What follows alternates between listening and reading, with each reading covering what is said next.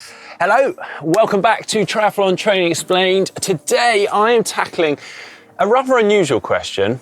Are you running too fast? I know, kind of an odd question given that so many of us are aspiring to be faster runners and be able to run faster. However, running too fast too often could actually be slowing you down. And today I'm going to be explaining why.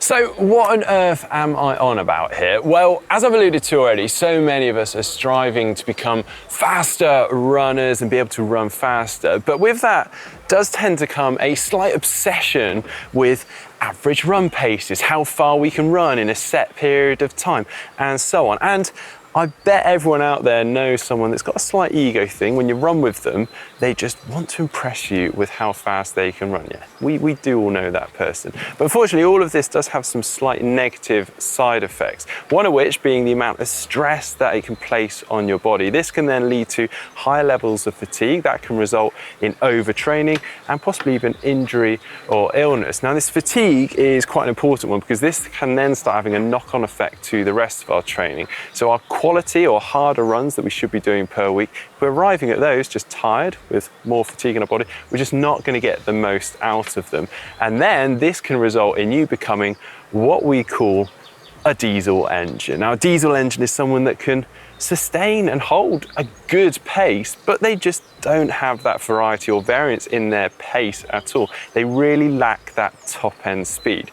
So what am I getting at here? Well, you need to slow down. I know, it kind of sounds pretty daft, but actually there's a lot of benefits to doing this that then could result in you being able to run faster on race day. I know that sounds pretty odd, but let me explain. So 3 of the fundamental principles of training that allow you to do anything, we've got specificity, variability, and overload. And they kind of manifest themselves in running terms as 3 key sessions that we see a lot of runners doing. The speed session, the tempo session, and the long, steady run. And they hit all aspects of fitness and speed for us as runners. The speed session, real high intensity. The tempo run, for a lot of people, tends to be around race pace, and then the long steady run, as the name suggests, real nice steady miles on the feet. And the idea of this is that we're arriving at those sessions feeling fresh, ready to go to get the most quality out of them, particularly so for the speed session and the tempo session, and to some degree for the long steady run. And that means any additional runs around those should be really nice and easy. They should be steady at a nice, easy, conversational pace, including, I guess, for the long, steady run too.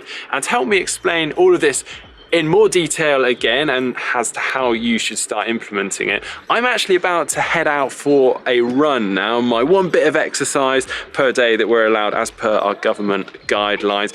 Fortunately, I do live out in the sticks here, so I'm just going to head off on one of my usual trails where I literally never see anyone. Bring you along for the ride, we'll have a chat as we go.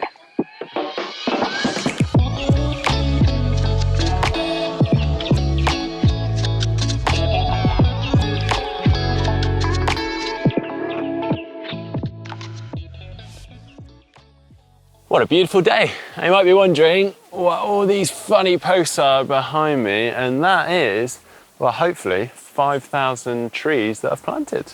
Well, not all of them, I've planted about 10 or 20 of them, but my local village and some helpful others have planted them all, and yeah, I'm hoping that this big field here is going to be a thriving forest soon. But anyway, back to the video, digressed a bit.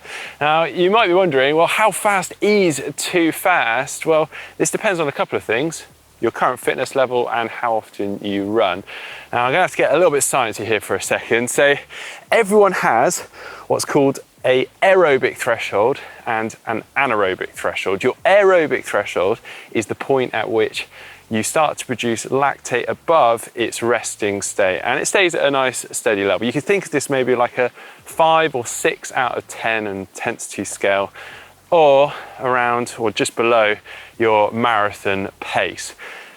Then your anaerobic threshold is the point at which your body starts to produce lactic acid at such a rate that your body can't keep up with it and remove it, and therefore your body becomes overwhelmed with lactic acid. This is the point at which it hurts and you start to slow down. For a lot of people, this is around 5k pace or faster.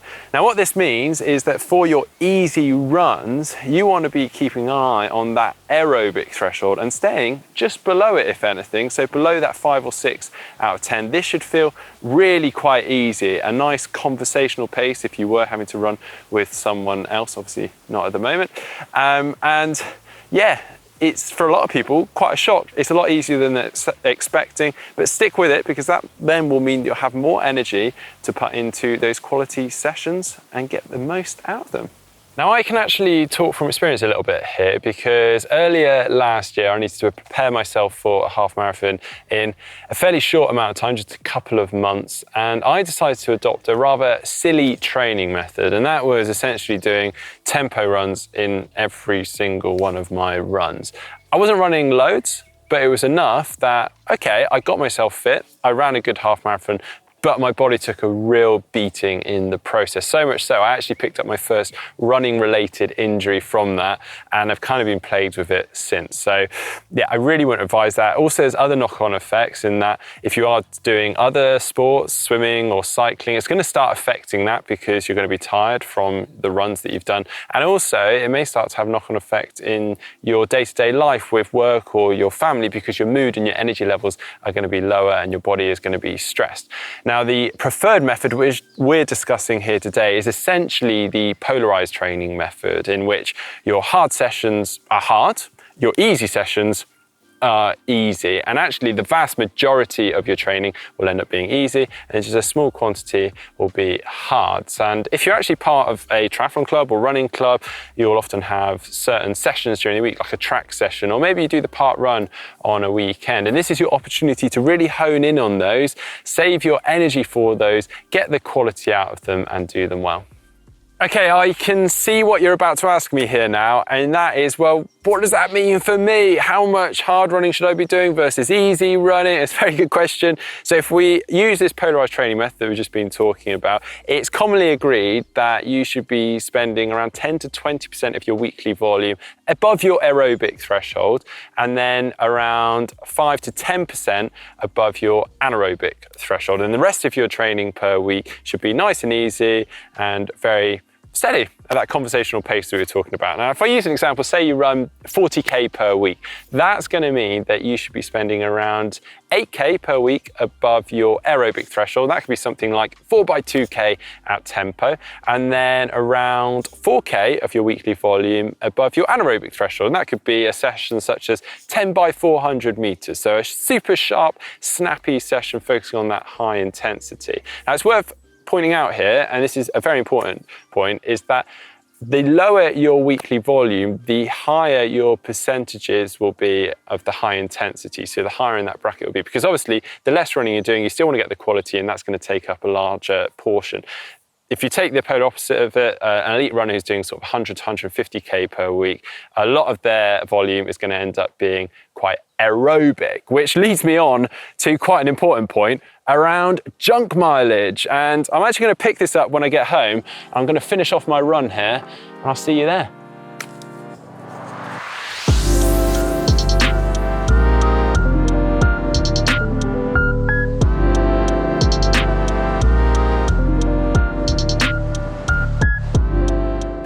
Whew. What a lovely run.